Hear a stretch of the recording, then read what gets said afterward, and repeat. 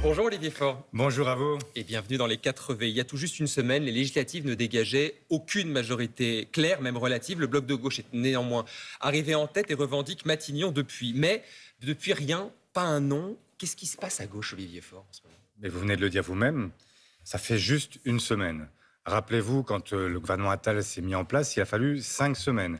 Vous avez des pays autour de nous, en Europe, qui ont mis, pour réaliser leur coalition, 3 mois, 6 mois, Donc c'est même normal que ça un prenne an. du temps. Et donc, quand il s'agit de choisir rien de moins qu'un premier ou une première ministre, ça prend du temps. Et quand on cherche le consensus, ça prend encore plus de temps. Il y a eu des candidatures qui ont été examinées les unes après les autres. Aucune jusqu'ici n'a fait consensus. Et c'est normal, c'est la règle du jeu. Et donc, nous allons prendre le temps.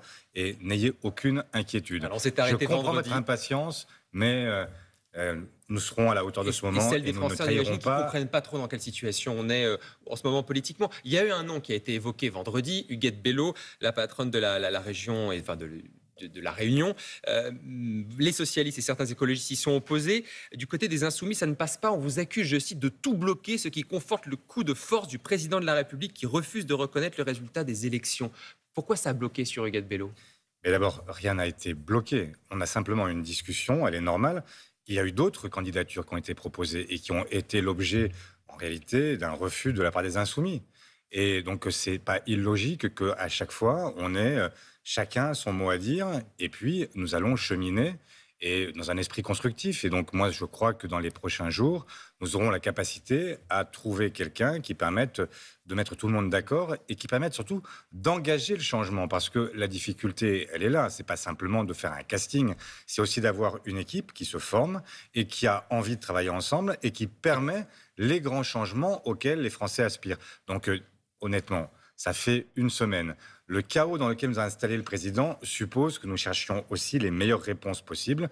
Soyons patients. Je comprends que ce soit évidemment pour vous, pour les Françaises et les Français, une attente qui est insupportable. Mais de toute façon, rien ne se fera avant le 18. Et donc, il n'y a absolument aucun Le moyen. 18, c'est l'élection du président de l'Assemblée nationale. Absolument. Juste d'un mot sur Huguette Bello encore. C'était un problème de fond, de son parcours qui a bloqué ou le fait qu'elle soit proposée par les Insoumis, le Parti communiste? On n'a pas compris quel était le blocage, en fait. Non, il y avait des gens. Moi, cette candidature, elle me parle. Je suis moi-même un Français de sang mêlé. J'ai fait mes premiers pas à l'île de la Réunion. Et donc, je connais Huguette Bello depuis longtemps. Il y a beaucoup de choses qui plaidaient pour elle. Et puis, il y a d'autres éléments qui plaidaient moins pour elle. Lesquels? Il y avait des socialistes qui considéraient, et c'est bien normal, que le parti qui a gagné les élections européennes à gauche, c'est le Parti socialiste. Le parti qui est le plus en dynamique dans ces élections législatives, qui a augmenté son groupe de 110%, c'est le groupe socialiste. Donc, c'est un Premier ministre socialiste qui doit aller à Matignon. Donc, il n'était pas illogique que cette revendication soit portée. Maintenant, il faut élargir, il faut chercher à trouver la personnalité, peut-être issue de la société civile, qui permettra d'avancer ensemble et de le faire dans un bon esprit. Parce que la question qui nous est posée, c'est est-ce que nous allons réaliser ou pas ce programme extrêmement ambitieux? Vous l'avez dit, il y a une majorité relative, mais elle n'est pas absolue. Ça va supposer des qualités au moins une personnelles. centaine de sièges. Oui, ça va supposer des qualités personnelles et des qualités politiques qui permettent d'engager en fait la discussion aussi avec un Parlement qui ne va pas être un Parlement uniquement bienveillant. Et donc, ce sera effectivement compliqué. Et donc, ça suppose que nous prenions le temps de savoir quelle est l'architecture de ce gouvernement, comment est-ce qu'il est composé, et puis quelle est la personnalité qu'il incarne et qui permet d'entraîner l'ensemble. Alors justement, nos confrères de l'Opinion ce matin et de Politico annoncent le nom de Martine Aubry que vous auriez proposé, que vous auriez tenté de contacter au Parti socialiste. C'est une hypothèse? C'est possible, Martine Aubry? Non, c'est un nom qui a été évoqué. D'ailleurs, ce n'est pas par nous qu'il a été évoqué. Donc, Martine Aubry a été consultée. Elle ne souhaite pas reprendre du service à ce niveau-là. On peut la comprendre. Et donc, ce nom-là n'a pas été, en réalité, écarté, même si elle avait une parfaite légitimité et que c'est une grande dame de la vie politique à laquelle je rends à nouveau hommage parce que ça a été de nombreuses années avec elle qui m'ont aussi permis d'être ce que je suis aujourd'hui. Le PS continue de soutenir votre candidature, Olivier Faure, pour Matignon. Vous pensez pouvoir rassembler la gauche sur votre nom? Mais c'est pas mon nom du tout. En fait, la question, c'est, on a déjà dans la semaine qui s'est écoulée proposé d'autres socialistes. Et ce n'est pas une affaire personnelle. Johanna Roland, notamment la maire de Nantes. Notamment, mais pas seulement. Et donc, il y a eu d'autres propositions qui ont été faites. Et jusqu'ici, puisque vous me posez la question et que vous me demandez, quand les Insoumis ont été interrogés, ils n'ont souhaité aucun socialiste. Donc la question qui est posée, c'est de savoir comment est-ce qu'on trouve. Je comprends qu'il n'ait pas envie d'un socialiste, je comprends aussi que l'autre n'ait pas envie d'un insoumis.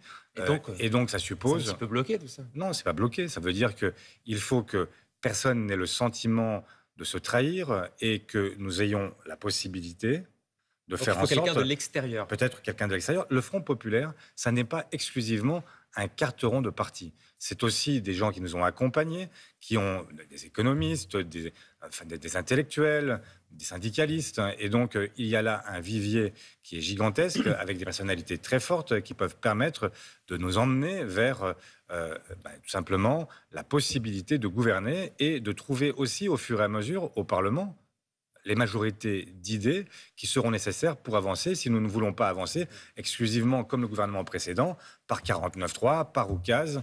Et donc, moi, je souhaite que nous puissions entrer dans ce dialogue. Et ça suppose avoir des gens qui sont capables d'avoir ce dialogue avec d'autres. Donc, il faut éviter toute forme de provocation et donc avancer maintenant et permettre de gagner ce pari qui est un pari attendu par les Françaises et les Français. La première étape importante qui va déjà donner une tendance, effectivement, c'est l'élection du président de l'Assemblée nationale jeudi prochain, vous l'évoquiez. Est-ce que vous pensez pouvoir dégager là aussi un consensus sur une candidature de gauche ou alors soutenir Yaël Braun-Pivet, la présidente sortante?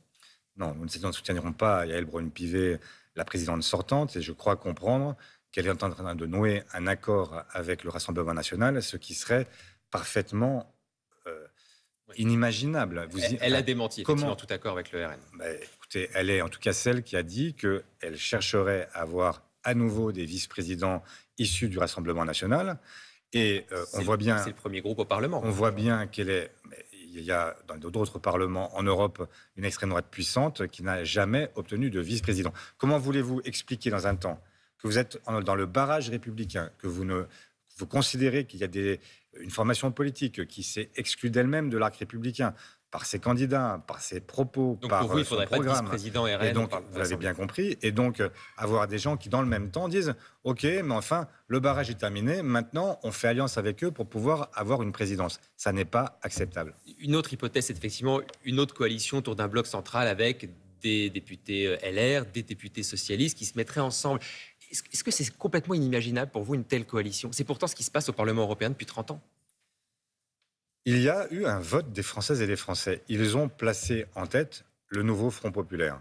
Et donc, dans un régime qui est un régime républicain, la règle, elle est simple. Le président de la République appelle le bloc qui est arrivé en tête. C'est une règle qui a été rappelée par d'autres personnes que moi. Et je pense à Dominique de Villepin, qui est un grand républicain et auquel personne ne peut reprocher d'être un gauchiste éhonté. Et c'est seulement en cas d'échec qu'il faudra se tourner vers une autre solution? Absolument. Et donc, ça suppose d'abord de se tourner vers le Front républicain, le Front populaire, pardon, et puis donc vers la gauche, et laisser la gauche gouverner. C'est ça qui devrait être le réflexe premier du président de la République.